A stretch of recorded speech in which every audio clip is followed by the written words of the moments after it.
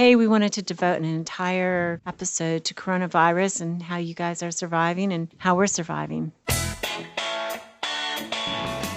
Welcome to Foreplay Radio, Couples and Sex Therapy. I'm Laurie Watson, your sex therapist. And I'm George Fallon, your couples therapist. And we are passionate about talking about sex and helping you develop a way to talk to each other.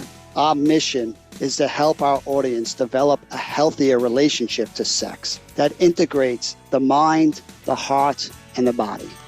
So, George, you are in New York and you might get stuck there. Tell me about what's going on. Wow, certainly crazy times. I never thought I'd see something like this in my lifetime. But yeah, this is it's a new world we're all living in. It is. It's kind of scary. It's absolutely scary. And I've certainly experienced some disasters and traumas and tragedies in my life, but this one is I have seen nothing like it before. Yeah, the whole world affected, right? Exactly. And I guess that's the hardest thing. It's just this not knowing. Mm-hmm. People are dying and people are sick and people are losing jobs, incomes. I actually had to lay off some people. It was terrible. I miss them already. I came in today. I'm in my office to podcast and like their offices were all cleaned out and I just felt so sad. It's terrible. And we don't know how long this is going to be. I mean, I think that's the thing with most disasters. There's a definitive endpoint that you can look towards. It gives you some light at the end of the tunnel. And something like this, it's just, it's hard to see that. Mm-hmm. It is. It's hard. Somebody sent out, I think it was Chris Kesser.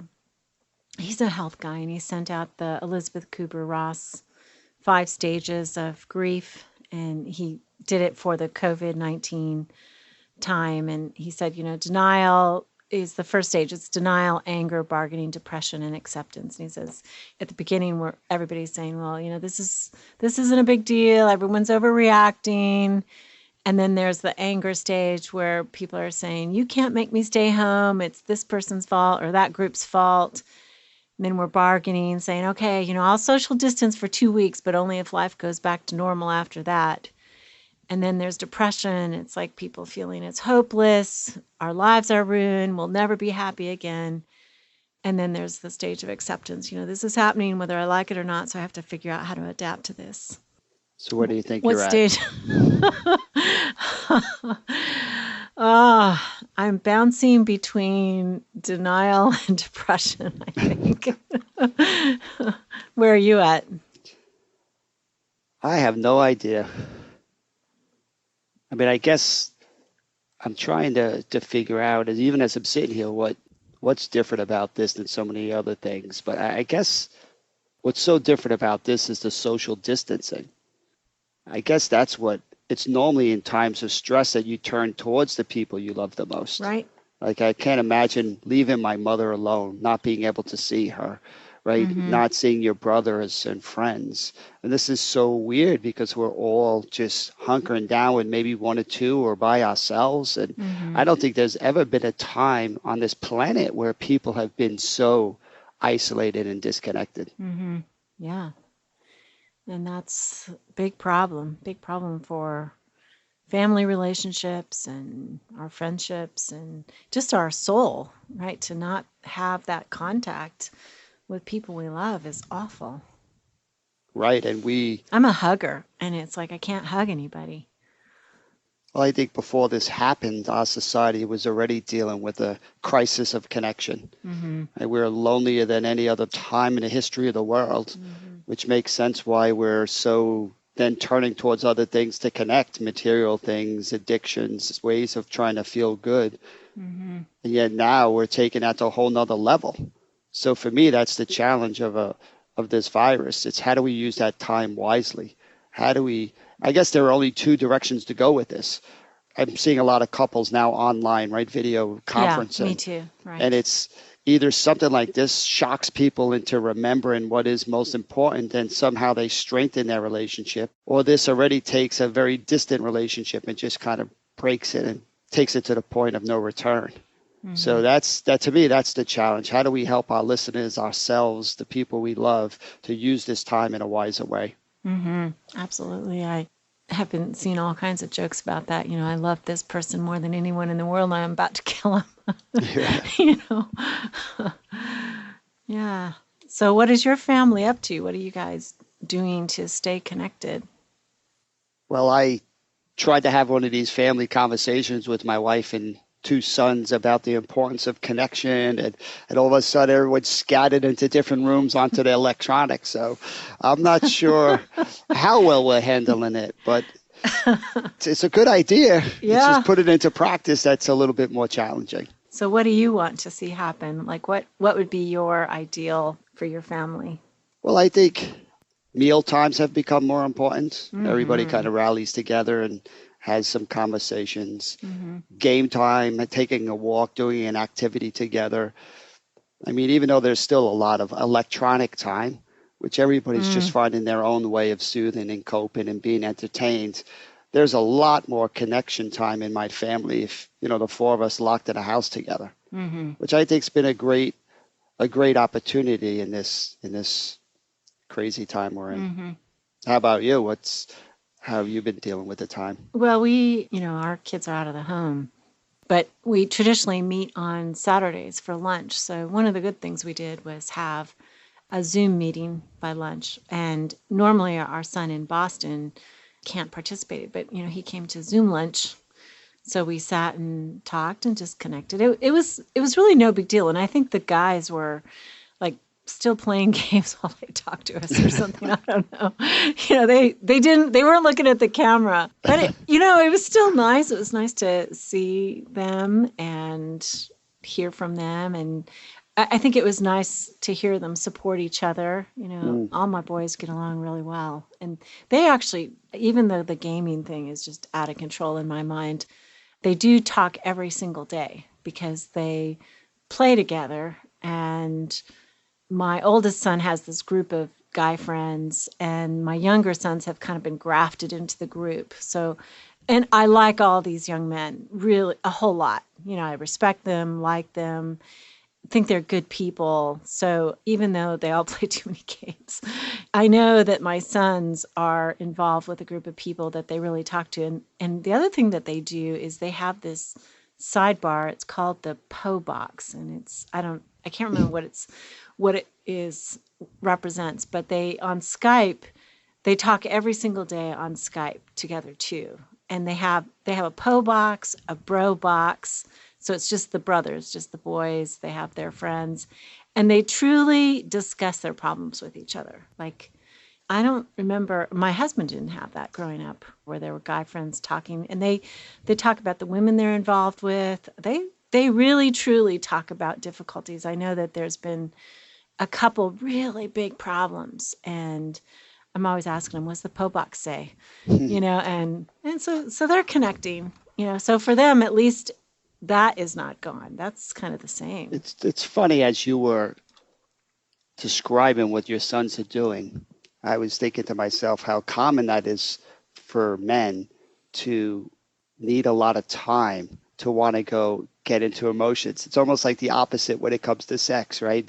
Men want to laugh and kind of talk about superficial and kind of light. They want to enjoy each other, ease into it. And then when they're kind of safe, they kind of put their toes into the water of these deeper conversations.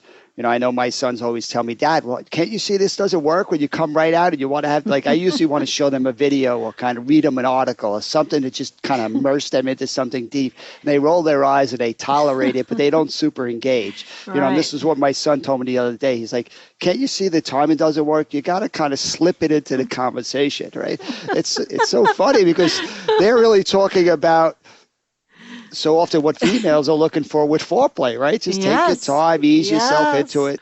What do you think of that connection? I think that's hilarious. It's like your sons are like coaching you, shaping your conversation and saying, Dad, do it this way. That's beautiful. And you want to just boom, go there. I'm consistent with sexually and emotionally. It's the same conversation. Let's get into it. Let's just jump into it. Really? Are you an emotional pursuer too? I don't know. I've been a withdrawer my whole life, but doing this kind of work, talking about this all the time, I think makes you can change your patterns. With your sons, you pursue them emotionally. Yes, Yeah. yes. Yeah, with your wife? Or is she more the emotional pursuer? I think we switch roles. I used to be more the withdrawer, but like I said, I've evolved over time. That's what she likes to That's say. good. I'm That's not good. sure it's evolving. It might be devolving, but whatever. Pick the words you want. My husband says I'm much more patient. He says I'm a different person than I was 20 years ago, that I'm a patient person now. I was Well, not patient either in the beginning of my marriage, but I am pretty patient now. well, that's nice. Yeah, yeah. I used to have a terrible temper too, but I'll tell you about that maybe after the next segment. All right. Okay. Speaking with certified sex therapist Laurie Watson from Awakening Center for Couples and Intimacy. Laurie, what is an intensive? So, an intensive is 12 to 14 hours of therapy all in one weekend. And it's a way to really make fast progress compared to weekly therapy. I mean, there's just so much more you can get done when you have a chunk of time. Overcome the challenges in your relationship and your sex life. Learn more about intensives and Awakening Center's other services at awakenloveandsex.com. Hey, I want to let you guys know all about George. He's written and contributed to several books, and I'd especially like to draw your attention to his book, Sacred Stress, a radically different approach to using life's challenges for positive change. His book is about a mission on how you adopt new strategies and turn stresses into a positive force in your life. And who among us doesn't live with a lot of stress these days? We'll keep you posted as to all he's doing. But George and other EFT therapists all around the country and the world hold couples retreats called Hold Me Tight, which is developed by Sue Johnson, and it helps secure your own relationship. If you'd like therapy with George, find him at georgefowler.com. So, anyway, yeah, there's been change in my life over many, many years of marriage. What are you thinking about? I know you went through 9/11, and I just saw those videos about the people. I think it was in New York somewhere, and they were clapping for all the doctors and nurses leaving their shifts. I mean, we owe them such a debt, these people putting themselves truly in harm's way. And I was reminded of some of the stories that you've told with 9/11. You know, how are you feeling about this, watching this in your city again? What is going on with New York being the ground zero for so many of these events? Dang, I know. It's been a lot of mixed feelings coming up. I could relate to the uncertainty after 9/11, not knowing when the next attack would happen. We certainly thought that was going to happen, and it didn't end for months, and there was always still fires happening. So it was very prolonged, which feels very similar to this. So I can feel the stress of that. And seeing these doctors, people cheering and them dancing, all these different things going around, Yeah. that brings back some of this lighter side of how important that really is. Being down at ground zero, being exhausted, not finding people alive, it was pretty depressing, Oh my God. right? But to have gee. people cheering or giving you a bottle of water, those things really lifted your spirits. It really, to notice people seeing you and appreciate what you're doing, it really gave great energy. I can't tell people how important that is to thank the ambulance drivers and the nurses and the doctors, the people at the gas station or supermarkets making all this People at the happen. pharmacy. I mean, people who are still giving you food. I mean, they are truly in harm's way. They're on the front lines of this one. Yeah. That's what makes it so unique. You know, just hourly waged people in the grocery store, and they're still coming in. They're stocking the shelves. They're still doing it for us. Yeah, if you're listening and you're doing that, we are filled with gratitude for you. Thank you for all you're doing. And I think too, we have lots and lots of listeners, and I'm sure some of them have lost people. Right. I mean, I have not yet lost anybody. Have you lost anybody? Not particularly close. I mean, there's hundreds of firefighters that now have it. People that I know, but I haven't lost anybody. Yeah. But unfortunately, I think it's a matter of time before every family's going to know somebody who's been impacted by this. Right. Right. As you were saying earlier, people are already losing jobs and selling homes, and there's such a huge ripple effect to something like this. Yeah, it's really scary. How do we grow from this experience? What do you think would be helpful to us to know? I know you've studied a lot in post-traumatic growth, not just stress, but in growth.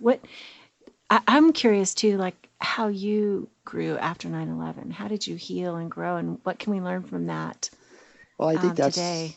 that's the good news, and you have to be ready to hear the good news, right? If you can't see somebody you love who's dying, you're not ready to hear the good news.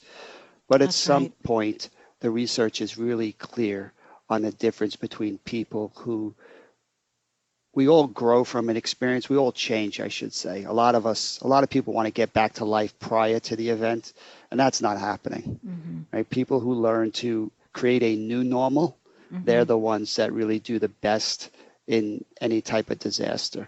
So if you look at research on post-traumatic growth, there are really 5 things that you can see happening all over the world when people grow Okay. from an event. I'm going to write them down. Tell me.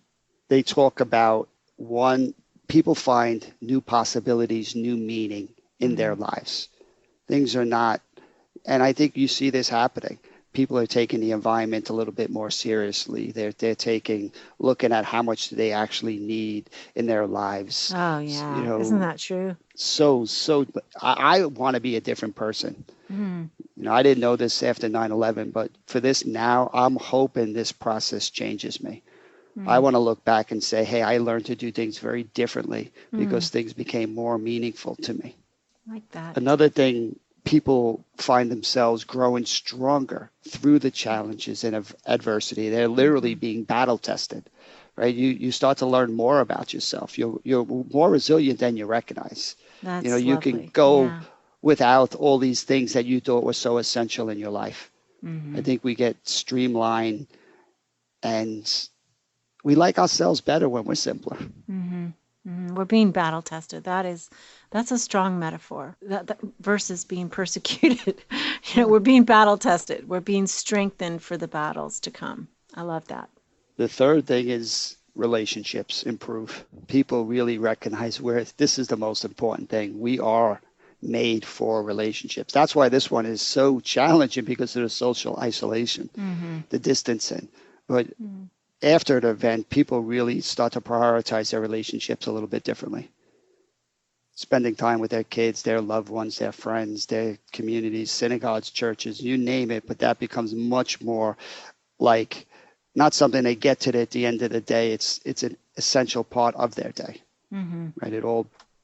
So can you see that now? That's what I'm hoping is people are going to really look at their relationship and say, hey, this was actually more fun than going shopping or watching that sporting event, having those games with my kids or my partner, taking that special time, I think is how does it not start to light up what's happening inside of us to start priming our nervous systems to want more of this? Yeah. The fourth thing is people really ironically look back and they develop more gratitude about their life. They don't take it for granted. They start to realize how much they have to be thankful for. And it's So that true. it's being thankful that just makes life. We take ourselves a little less seriously. We become less focused on how important we are. Right? It really helps develop a healthier perspective. Yeah. And the last one, is universal, is people find themselves being more spiritual and whatever that looks like. I think there's so much anxiety and helplessness and loneliness that people are looking to connect and finding that connection in nature or with God.